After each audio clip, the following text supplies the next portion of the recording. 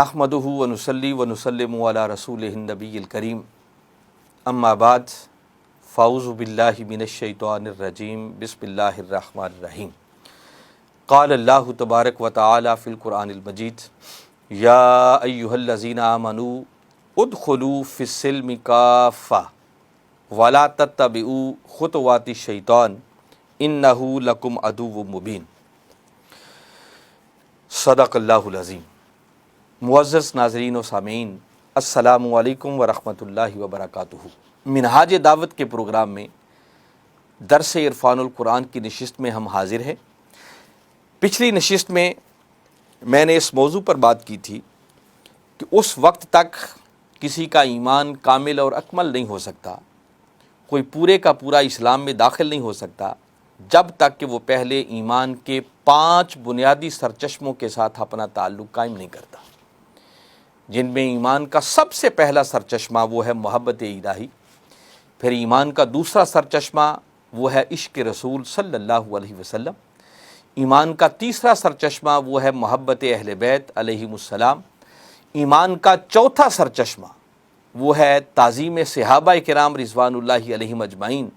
اور ایمان کا 5واں سرچشمہ وہ ہے محبت اولیاء۔ جب تک کوئی شخص بیک وقت ایمان کے ان 5 سرچشموں کے ساتھ اپنا تعلق قائم نہیں کرتا ہے، تب تک اس کا ایمان مکمل نہیں ہو سکتا۔ یہی وجہ ہے کہ باری تعالیٰ نے جو آیت کریمہ میں نے عنوان گفتگو کے طور پر تلاوت کی، ارشاد فرمایا یا ایھا الذین آمنوا، اے ایمان والو، ادخلوا فی السلم کافہ، کہ آؤ اسلام میں پورے کے پورے داخل ہو جاؤ، وَلَا تَتَّبِعُوا خُطُوَاتِ الشَّیطان، اور شیطان کے نقش قدم پر مت چلو، اِنَّهُ لَکُمْ عَدُوٌّ مُبِینٌ، بے شک وہ تمہارا کھلا دشمن ہے۔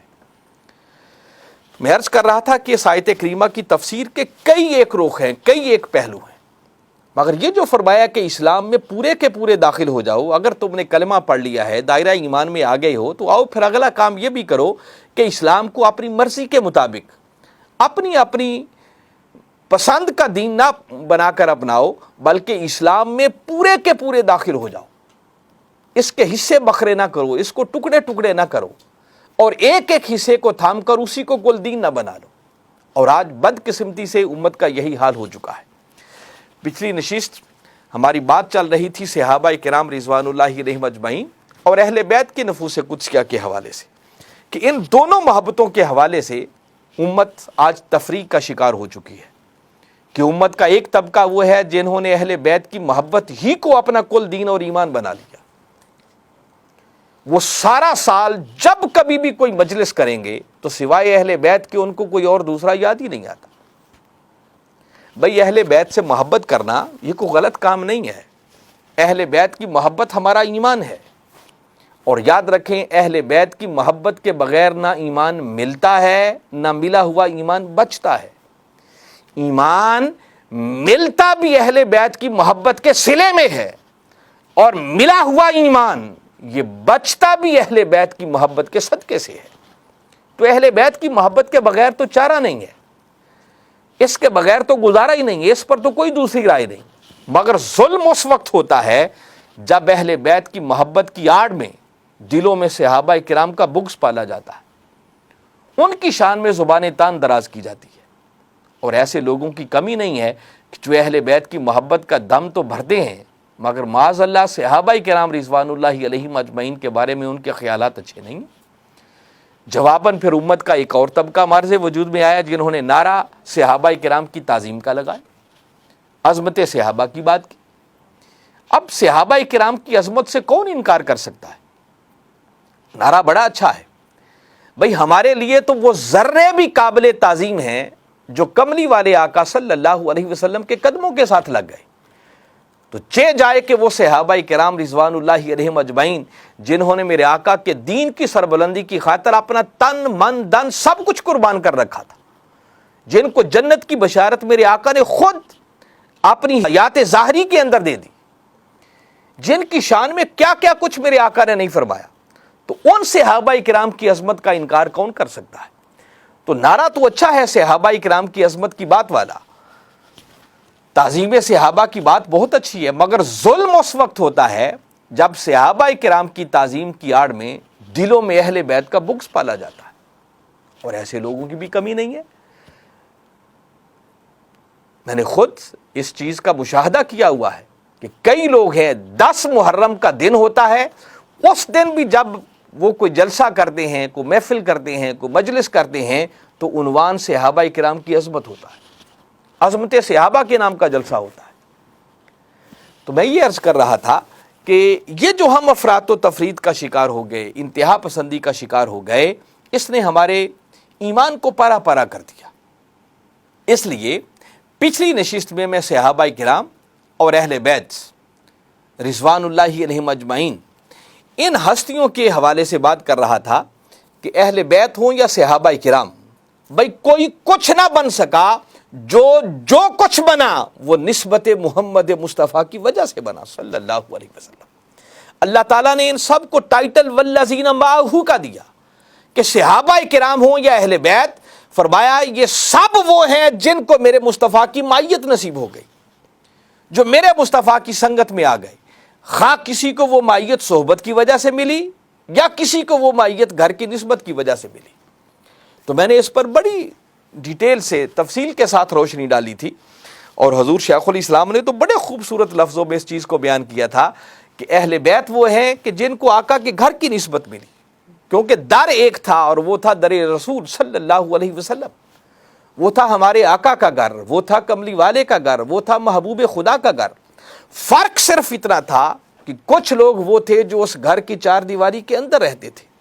وہ جو اندر رہتے تھے ان کو آج ہم اہل بیت کے نام سے یاد کرتے ہیں،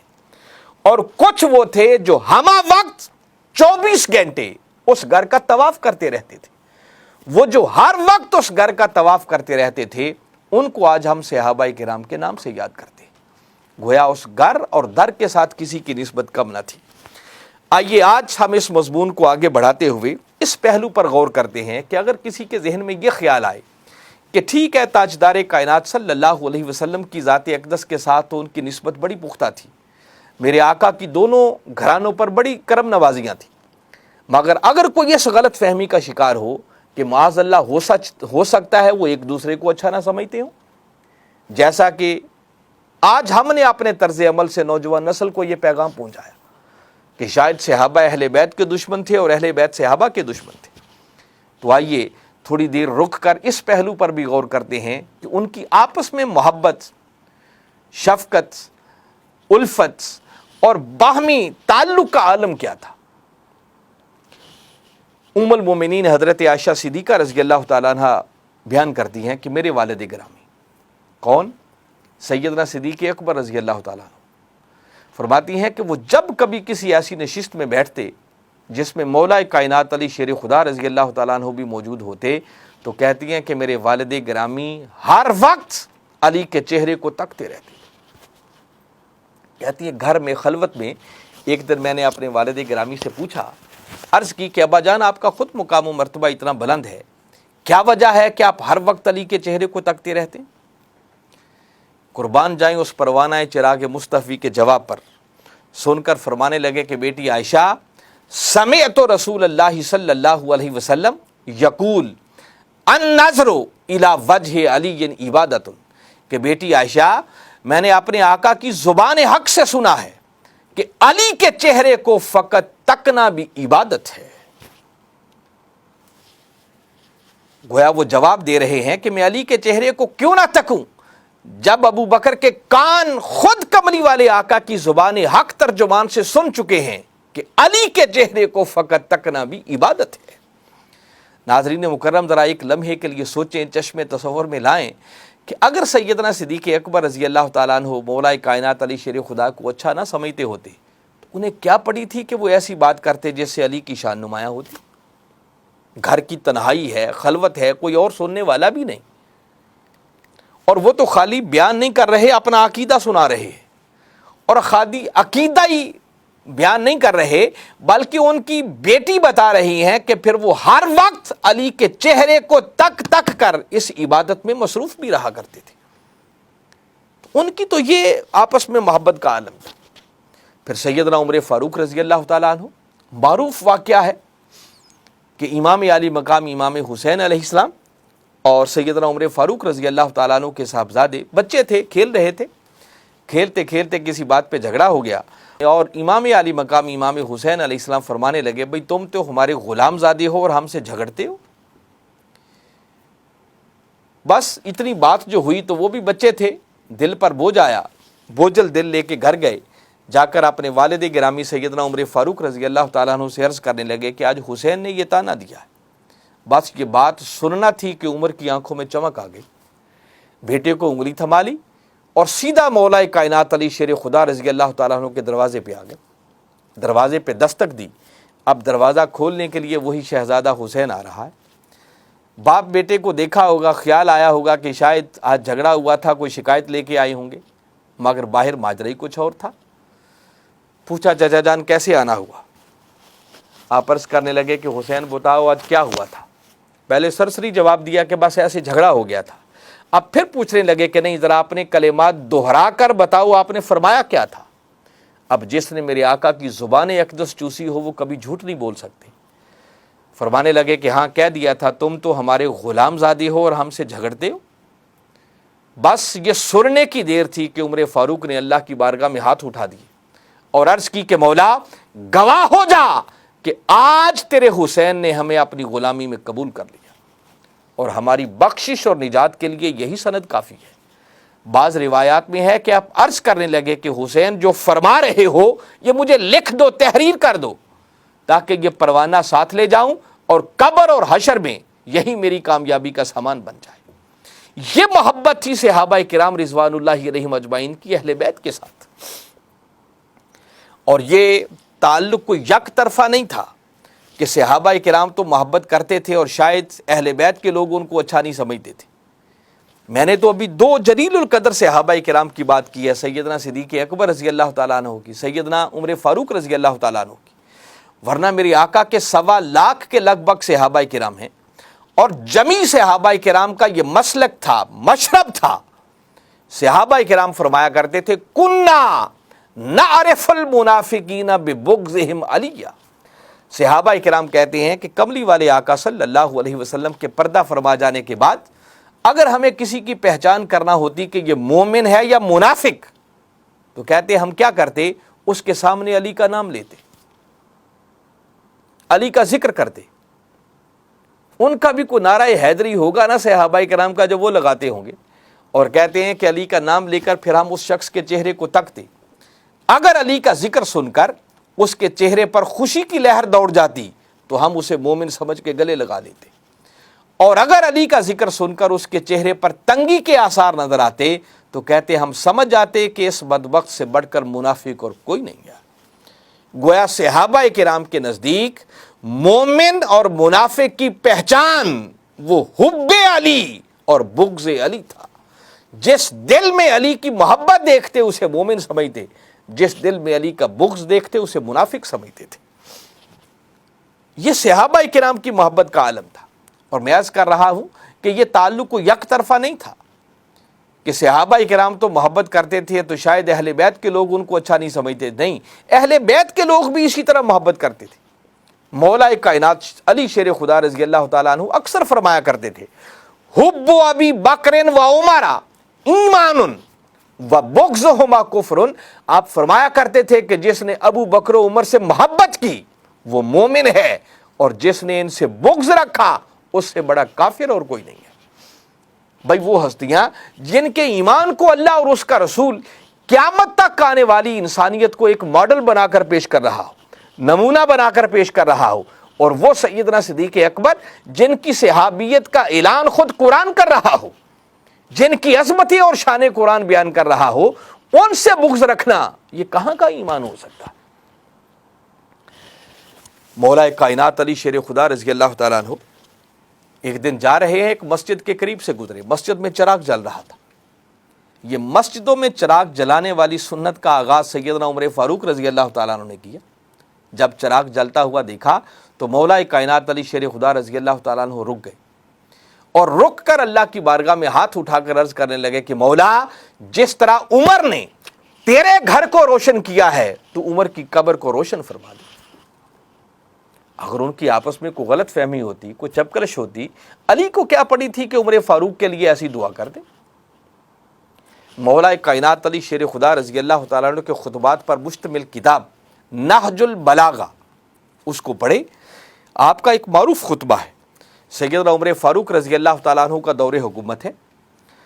اور پہلے تینوں خلفائے راشدین کے زمانے میں مولا کائنات علی شیر خدا ان کے وزیر اور مشیر رہے، شورائے خاص کے ممبر تھے، ہر بات میں مشاورت ہوتی ہے آپ سے۔ تو عمر فاروق رضی اللہ تعالیٰ عنہ کے دور خلافت میں جہاد کے لیے لشکر روانہ ہونا تھا، اور عمر فاروق رضی اللہ تعالیٰ عنہ نے مولا کائنات علی شیر خدا رضی اللہ تعالیٰ عنہ کو بلوا بھیجا اور ان سے ایک مشاورت کی، اور فرمانے لگے کہ علی، جنگ کے لیے لشکر روانہ ہو رہا ہے، آپ کی کیا رائے ہے کہ اس لشکر کی قیادت میں خود کرتے ہوئے ساتھ جاؤں یا میں مدینے میں ہی رہوں؟ بڑا سادہ سا سوال تھا، مگر قربان جائیں جو مولا کائنات علی شیر خدا رضی اللہ تعالیٰ عنہ نے جواب دیا۔ آپ سن کر فرمانے لگے کہ عمر بھائی، آپ کو جانے کی ضرورت نہیں ہے، آپ اس وقت اسلام کا مرکز و محور ہیں، آپ اس وقت اسلام کی پہچان ہیں، آپ اس وقت ہمارے خلیفہ راشد ہیں، آپ اس وقت اسلام کی قوت ہیں، طاقت ہیں، اسلام کی پہچان ہیں۔ جب آپ جائیں گے تو دشمن ہر طرف سے نظریں ہٹا کر صرف آپ کے پیچھے لگ جائے گا، وہ آپ کو نقصان پہنچانے کی کوشش کریں گے، اور عمر، اگر آپ کو نقصان پہنچا تو نقصان آپ کا نہیں ہوگا، وہ نقصان اسلام کا ہوگا، اس لیے آپ کو جانے کی ضرورت نہیں ہے، آپ یہیں اسلام کا مرکز و محور بن کر مدینہ میں بیٹھیں، ہماری رہنمائی کریں، ہم جائیں گے، ہم لڑیں گے، اول تو اللہ ویسے ہی فتح عطا کر دے گا، اور اگر خدا نہ کرے خدا نہ کرے خدا نہ کرے شکست بھی ہو گئی تو عمر غم نہیں ہے، اگر آپ سلامت ہیں تو ہمارا سب کچھ سلامت ہے۔ آپ کی قیادت میں پھر اپنی طاقت کو جمع کریں گے، پھر دشمن پر حملہ آور ہوں گے، اللہ ہمیں فتح عطا کر دے گا۔ تو ایسی بات محبت بھری کرنا اور عمر فاروق رضی اللہ تعالیٰ عنہ کا ان سے مشاورت کرنا، ذرا ایک لمحے کے لیے سوچئے کہ کوئی اپنے دشمن سے بھی مشاورت کرتا ہے؟ اگر کوئی غلط فہمی ہوتی تو عمر فاروق رضی اللہ تعالیٰ عنہ کو کیا پڑی تھی کہ مشاورت کے لیے مولا کائنات علی شیر خدا کو بلاتے اور پھر دشمن کو ایسا مشورہ دیا کرتے ہیں جیسے مولا کائنات علی شیر خدا دے رہے۔ میں بتا رہا ہوں کہ وہ باہمی محبت کے پیکر تھے، ان میں کوئی غلط فہمی نہ تھی۔ سیدنا عثمان غنی رضی اللہ تعالیٰ عنہ، معروف واقعہ ہے، کس کو معلوم نہیں ہے کہ جب مولا کائنات علی شیر خدا رضی اللہ تعالیٰ عنہ کے نکاح کا وقت آیا، میرے آقا صلی اللہ علیہ وسلم نے پوچھا، علی کچھ پاس ہے؟ عرض کی، آقا ایک تلوار ہے اور ایک زرہ ہے۔ آپ نے فرمایا تلوار رکھ لو، یہ جہاد میں کام آئے گی، اور زرہ بازار لے جاؤ اور اسے فروخت کر کے جو پیسے ملیں وہ لے کر میرے پاس آ جاؤ۔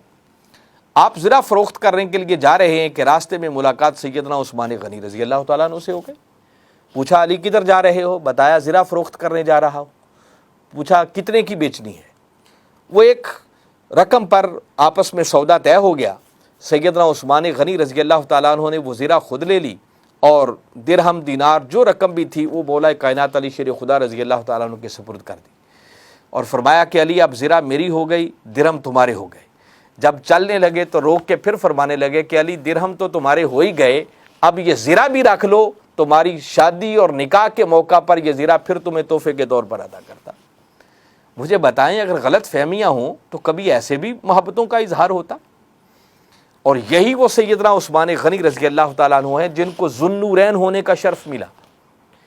یکے بعد دیگرے میرے آقا کی دو صاحبزادیاں سیدنا عثمان غنی رضی اللہ تعالیٰ عنہ کی نکاح میں آئیں۔ میرے آقا نے اپنی ایک بیٹی کا نکاح کیا، جب ان کا وصال ہو گیا آقا نے دوسری صاحبزادی کا نکاح کر دیا۔ جب دوسری صاحبزادی کا وصال ہوا تو ایک روایت میں ہے میرے آقا فرمانے لگے کہ اگر میری تیسری بیٹی بھی ہوتی تو میں اس کا عقد بھی عثمان کے ساتھ کر دیتا۔ ایک روایت میں ہے میرے آقا فرمانے لگے اگر میری 10 بیٹیاں بھی ہوتی تو یوں ہی عثمان کے عقد میں ایک ایک کر کے دے دیتا۔ ایک روایت میں ہے کہ میرے آقا فرمانے لگے کہ اگر مجھ محمد مصطفیٰ صلی اللہ علیہ وسلم کی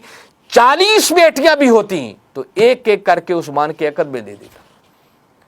اب میرے آقا کے فرمان کا، اس فرمان کا اثر اہل بیت کے لوگوں پر اتنا ہوا کہ پھر اہل بیت کے لوگ اپنی بیٹیوں کے رشتے عثمان کی نسلوں کو بھی دیتے رہے۔ ان کی بابا کوئی آپس میں غلط فہمی نہیں تھی، وہ باہمی محبت کے، مودت کے پیکر تھے، وہ ایک دوسرے پر سب کچھ قربان کرنے کے لیے تیار رہتے تھے۔ آپ ذرا چشم تصور میں لائیں، یہی سیدنا عثمان غنی رضی اللہ تعالیٰ عنہ ہے، جب ان کی شہادت کا وقت قریب آیا تو ان کی حفاظت پر مامور مولا کائنات علی شیر خدا رضی اللہ تعالیٰ عنہ کے دونوں صاحبزادے حسنین کریمین علیہم السلام تھے، جو حفاظت کرتے کرتے زخمی بھی ہو گئے تھے۔ تو کیا کوئی اپنے دشمن کی بھی حفاظت کرتا؟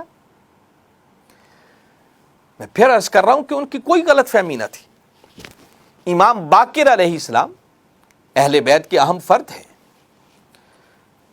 ان کے دور میں کسی شخص نے ان سے ایک مسئلہ پوچھا، اور مسئلہ یہ پوچھا کہ امام علی مقام، کیا تلواروں کے دستے پر چاندی چڑھانا جائز ہے؟ لوگ زینت کے لیے پیچھے کئی کچھ باندھ لیتے تھے۔ امام باقر علیہ السلام سن کے فرمانے لگے جائز ہے۔ اتنی بات جو سنی تو سائل چونک پڑا، اتنی بات جو سنی تو سائل پلٹ کر پھر عرض کرنے لگا کہ امام علی مقام اگر جائز ہے تو کوئی دلیل؟ امام باقر علیہ السلام فرمانے لگے دلیل یہ ہے کہ ابو بکر صدیق رضی اللہ تعالیٰ عنہ نے اپنی تلوار کے دستے پر چاندی چڑھائی ہوئی تھی۔ بس یہ جواب جو سنا تو وہ سائل چونک پڑا، کیونکہ فتنہ تو اس دور میں بھی پیدا ہو چکا تھا، اور پلٹ کر حیرت سے عرض کرنے لگا کہ امام علی مقام، کیا آپ بھی ابو بکر کو صدیق کہتے ہیں؟ بس امام علی مقام امام باقر علیہ السلام کا یہ سننا تھا کہ آپ جلال میں آ گئے۔